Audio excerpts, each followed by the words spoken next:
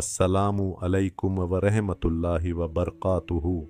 शुरू अल्लाह के नाम से जो बड़ा मेहरबान निहायत रहम वाला है।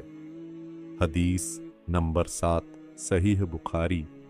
मैंने कहा, वह कहता है कि सिर्फ एक अल्लाह की इबादत करो, उसके साथ किसी को शरीक न बनाओ, अपने बाप दादा की बातों को छोड़ दो। वह हमें नमाज पढ़ने, सच बोलने, परहेजगारी और सिला रहमी का हुक्म देता है। यह सब सुनकर हिराक्ल ने कहा, मैंने तुमसे उसका नसब पूछा तो तुमने कहा कि वह आली नसब है और पैगंबर अपनी कौम में ऊंचे ख़ानदान में ही भेजे जाते हैं। मैंने पूछा कि क्या इससे पहले किसी ने ऐसा दावा किया था? तुमने कहा नहीं।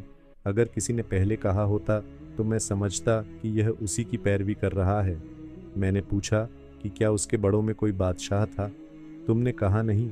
अगर होता तो मैं कहता कि वह अपने बाप दादा की बादशाहत वापस लेना चाहता है। मैंने पूछा कि क्या उसने कभी झूठ बोला? तुमने कहा नहीं। तो मैंने समझ लिया कि जो आदमी लोगों से झूठ नहीं बोलता वह अल्लाह पर झूठ कैसे बांध सकता है।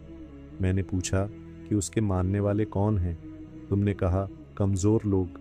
यही लोग पैगंबरों के मानने वाले होते हैं।